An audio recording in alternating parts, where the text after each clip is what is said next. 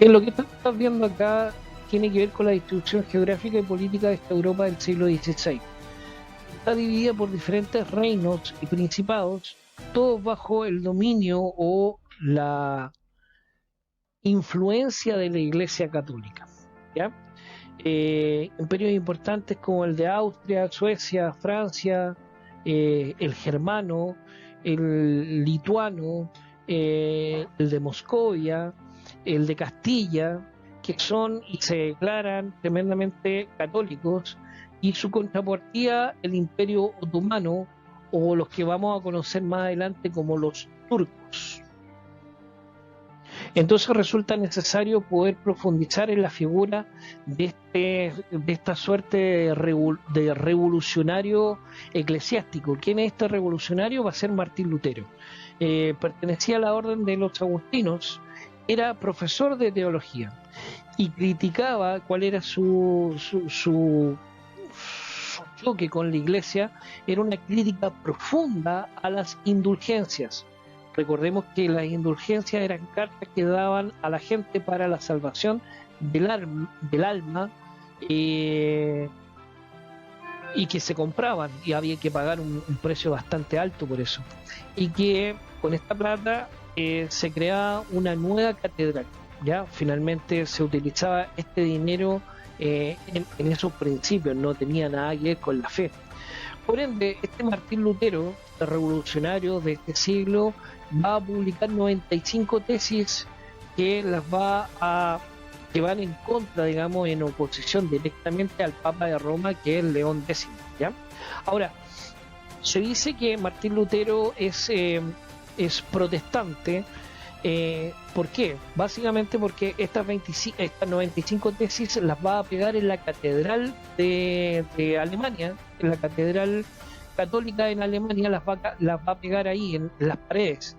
Y ese acto hace ser, digamos, está considerado como un acto de protesta. Por ende, se entiende que Martín Lutero es un revolucionario protestante a la norma establecida en la Iglesia.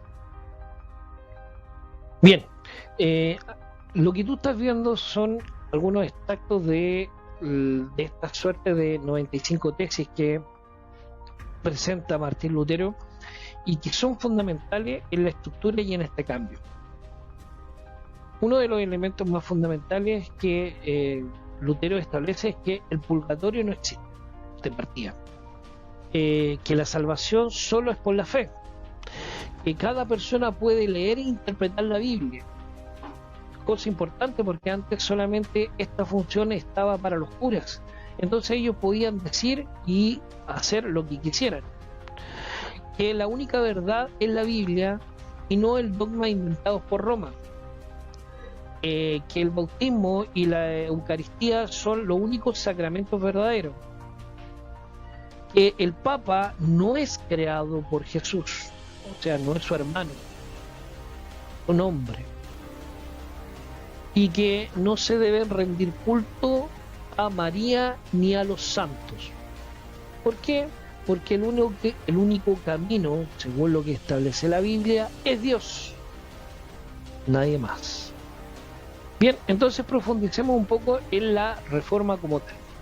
Ya tenemos que para 1521 Lutero, en la dieta de Worms, estando presente, digamos, el emperador Carlos V, no se retracta de sus escritos, por lo que fue considerado y declarado hereje por la Iglesia Católica a través de una bula, que es una condena, y va a ser excomulgado por el Papa León X. Luego de este acontecimiento, Lutero se esconde, apoyado por los príncipes Federico III, el Sabio, y comienza las revueltas protagonizadas por los campesinos, que furiosos revolucionarios comenzaron a destruir todos los indicios y construcciones relacionadas con la iglesia. Así importante y así de fuerte va a ser la idea.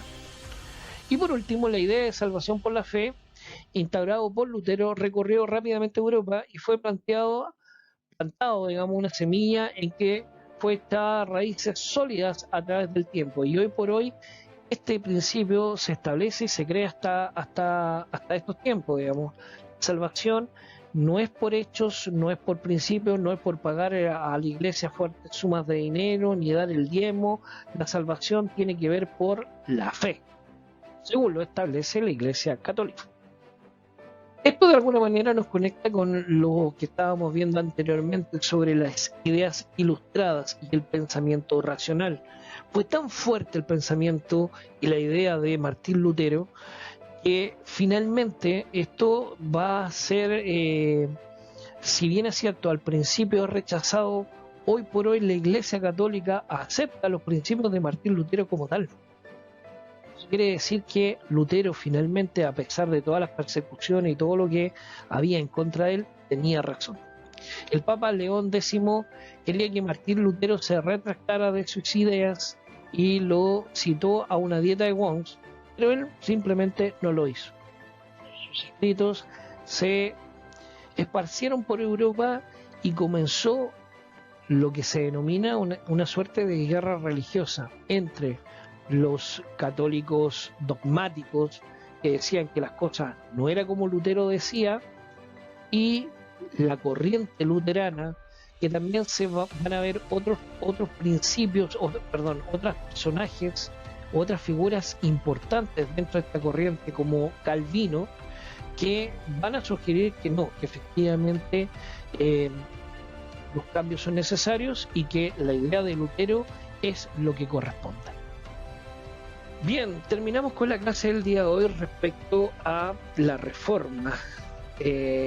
Reformas que están sujetas al principio de ilustración, de la idea, de la reflexión, del pensamiento racional. Eso es importante, y que esto se da también en la Iglesia y que generó un quiebre revolucionario sobre los cimientos que ella tenía establecido. Por ende, veamos una tarea que nos permite poder autoevaluarnos nuestros conocimientos. Dice así, indicaciones. La tarea tiene que ver con la ruptura religiosa y el objetivo es que expliquemos, apoyándonos en distintas fuentes, el proceso de ruptura de la unidad religiosa, el impacto sobre el ámbito de la política, la vida cotidiana, la economía, el arte, y evaluar la importancia actual del respeto a las diversas creencias, ¿ya? Recuerda escribir las preguntas y respuestas en tu cuaderno de asignatura. Ya, las preguntas dicen esto. Responde las siguientes preguntas respecto a lo aprendido. Número 1, nombra 3 características de la Iglesia Católica Romana en el contexto de la ruptura religiosa. 3 características que haya tenido la Iglesia Romana Católica antes de la ruptura religiosa. Número 2, ¿qué situación llevaron a Martín Lutero a cuestionar el accionar de la Iglesia Católica Romana? Y número 3, ¿cuál era la imagen que la Iglesia Romana proyectaba de Dios? Importante, reflexión, análisis. Bueno, indicaciones sobre el trabajo con los textos. Según el texto anterior, establece una tabla comparativa en tu cuaderno de asignatura, estableciendo las semejanzas y diferencias que puedas reconocer entre ambos textos. Puedes recorrer las veces o releer las veces que sean necesarias.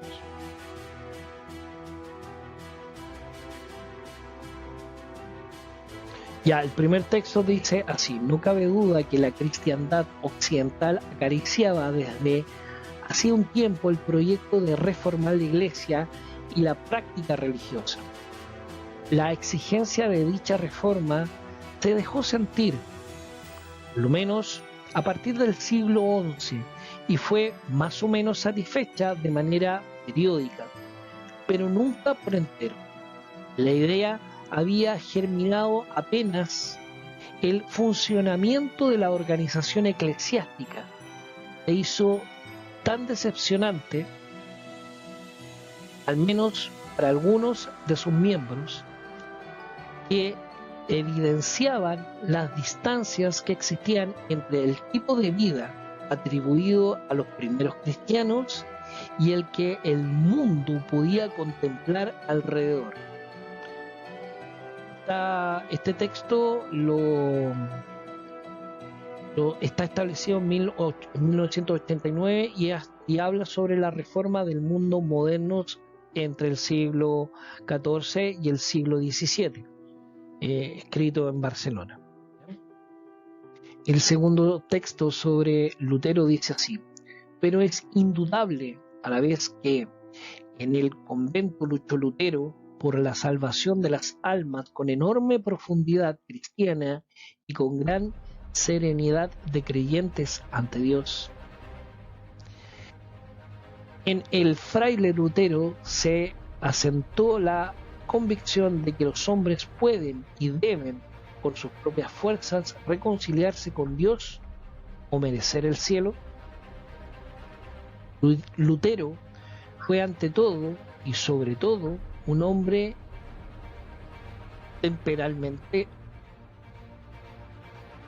voluntarioso, cargado de afectos, violento hasta el exceso, que durante toda su vida actuó espiritualmente como un volcán en erupción.